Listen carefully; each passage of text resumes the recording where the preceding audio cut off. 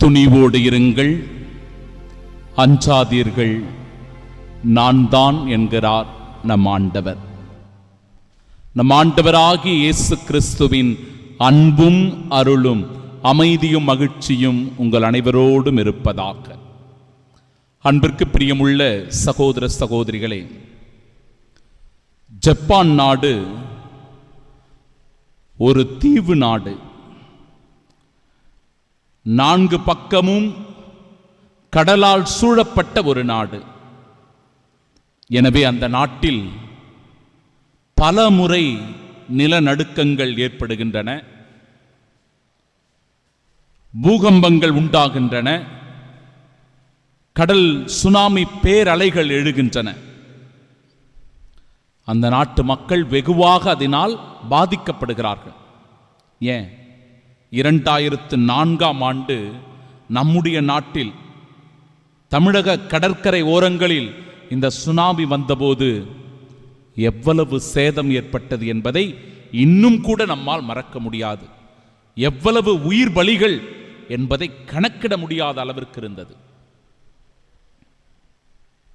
அப்படிப்பட்ட நிலநடுக்கங்களும் பூகம்பங்களும் சுனாமிகளும் ஏற்படுகிற இடம் இந்த ஜப்பான். எனவே இந்த ஜப்பான் நாடு என்ன செய்தது என்றால், கிரேட் வால் ஆஃப் ஜப்பான் என்று சொல்லப்படுகிற ஒரு மிகப்பெரிய ஒரு வாலை அவர்கள் எழுப்பினார்கள்.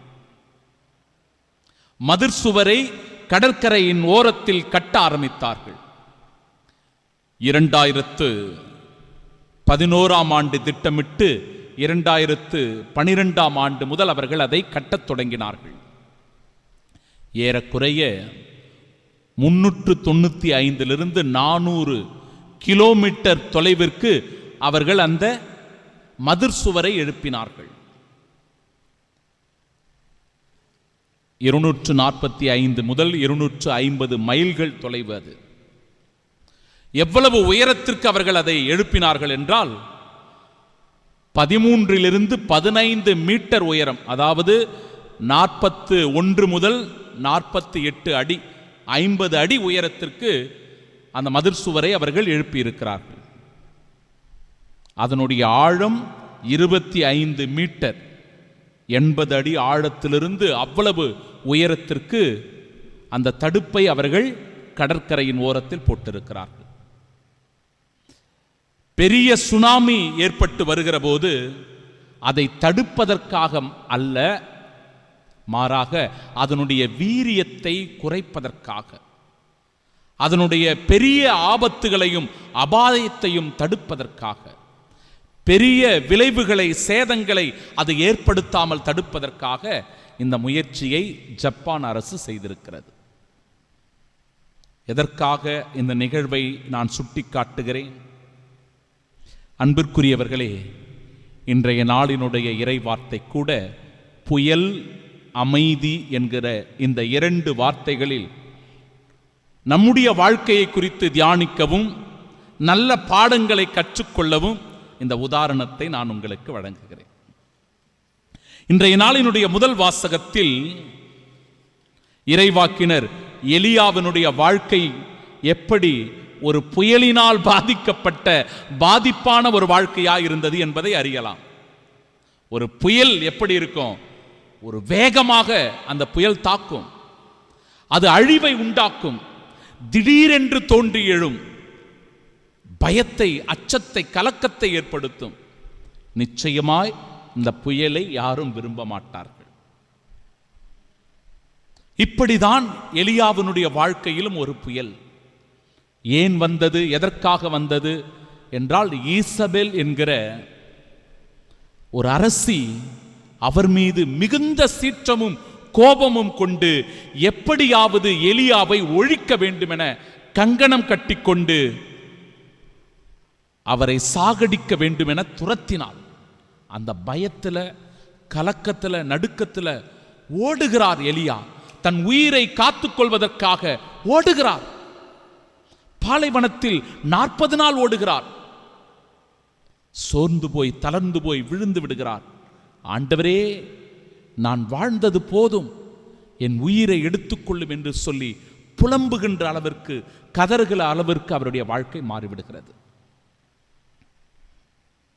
பிரியமானவர்களே, நிச்சயமாய் இந்த துன்பத்தை, இந்த பயத்தை, கலக்கத்தை அவர் விரும்பவில்லை.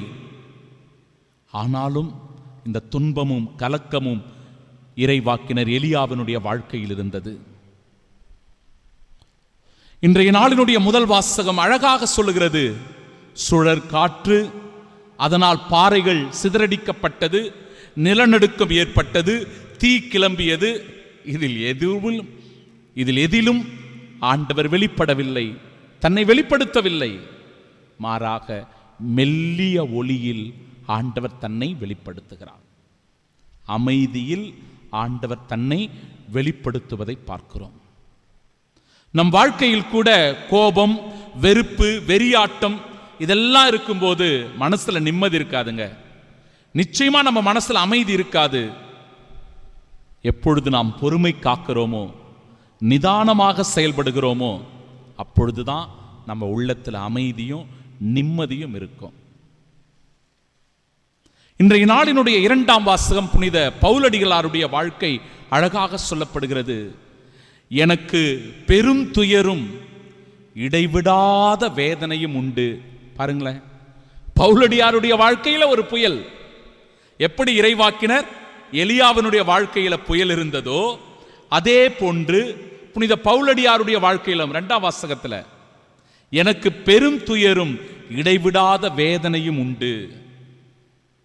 நான் சாபத்திற்கு உள்ளாக கூட விரும்பியிருப்பேன். ஏன் அந்த துயரம், ஏன் அந்த கலக்கம் அவருடைய உள்ளத்தில் இருந்தது?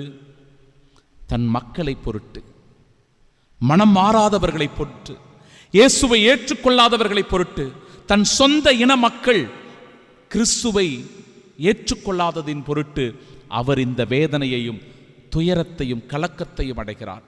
புயல் போன்று அவருடைய வாழ்க்கையை அது சீரழித்தது, துன்புறுத்தியது, கலக்கத்தையும் அச்சத்தையும் ஏற்படுத்தியது.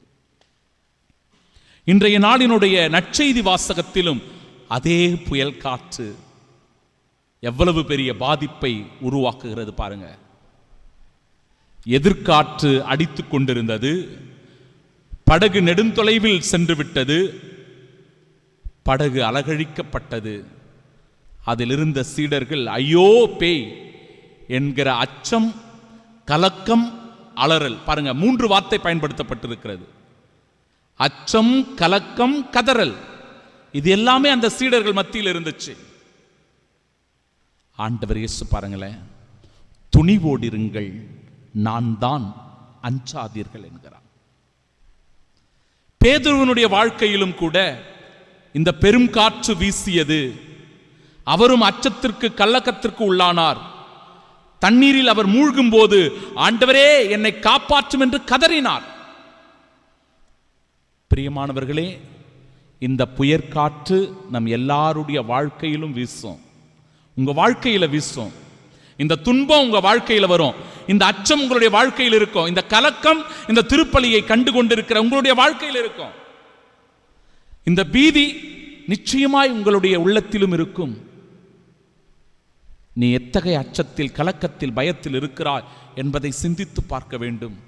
அவ்வளவு கலக்கத்தில் இருந்த இறைவாக்கினர் எலியாவினுடைய வாழ்க்கையில் அமைதி வெளிப்படுகிறது. அமைதி எனும்போது பொறுமை, அன்பு, எப்பொழுதும் நிலையாயிருக்கின்ற ஒரு தன்மை, எல்லோரும் விரும்பும் வகையில் வாழ்கிற ஒரு வாழ்க்கை, மகிழ்ச்சியை ஏற்படுத்துகிற சூழ்நிலை. இப்ப எவருடைய உள்ளத்தில் அமைதி இருக்கிறதோ அவருடைய உள்ளத்தில் பொறுமையும், அன்பும், எல்லோரும் விரும்புகின்ற மனநிலையும், மகிழ்ச்சியும் நிச்சயமாயிருக்கும். அந்த அமைதி நம் உள்ளத்தில் இருக்கிறதா?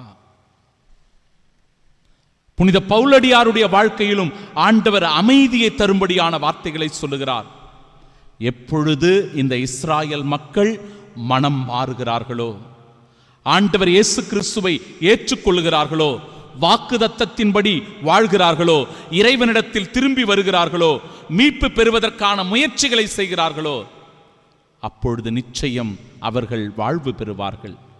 அப்பொழுது புனித பவுலடியாருடைய மனம் அமைதியும் நிம்மதியும் பெறும். இஸ்ராயல் மக்கள் மீட்படைவதைக் கண்டு அவருடைய உள்ளம் மகிழ்ச்சி அடையும். நற்செய்தி வாசகத்திலும் ஆண்டவர் துணிவோடு இருங்கள், நான் தான், அஞ்சாதீர்கள் என்று சொல்லி அந்த கலக்கத்தை, அச்சத்தை அவர் அகற்றுவதை பார்க்கிறோம். ஆண்டவரே என்னை காப்பாற்றும் என்று அவர் கதறுகிற போது, நம்பிக்கை குன்றியவனே, நம்பிக்கை குன்றியவனே, ஏன் ஐயம் கொண்டா என்று சொல்லி பேதுருவை திடப்படுத்திய இறைவன் சகோதர சகோதரிகளே, இன்று உங்களையும் என்னையும் திடப்படுத்துகிறார். நாம் கலங்கும் போது, பயப்படுகிற போது, ஆண்டவரை விட்டு விலகிச் செல்லுகிற போது, இந்த பயத்திலும் அச்சத்திலும் இருக்கும்போது, பிரியமானவர்களை, ஆண்டவரை நோக்கி நாம் கூக்குரலிட்டு வேண்ட வேண்டும், ஜெபிக்க வேண்டும், மன்றாட வேண்டும். பேதுரு ஆண்டவரை நோக்கி கதறினார், பவுலடிகளார் ஆண்டவரை நோக்கி கதறினார், சீடர்கள் ஆண்டவரை நோக்கி கதறினார்கள், இறைவாக்கினர் எலியா ஆண்டவரை நோக்கி ஓடினார். அப்பொழுது அவருடைய உள்ளத்தில் அமைதி பிறந்தது. மகனே, மகளே, ஆண்டவரை நோக்கி நீயும் மன்றாடினால் உன் உள்ளத்தில் இன்று அமைதி, உன் உள்ளத்தில் இன்றைக்கு நிம்மதி, உன் குடும்பத்தில் இன்றைக்கு சமாதானம். அப்பொழுது உண்மையாகவே நீரே இறைமகன் என்பதை நாமும் நம் வாழ்வும் நம் குடும்பமும் ஏற்றுக்கொள்ளும், விசுவாசத்திலும் நம்பிக்கையிலும் உறுதியாய் நிற்கும். இறைவனிடத்தில் மன அமைதிக்காக, நிம்மதிக்காக செபிப்போமாக. ஆமென்.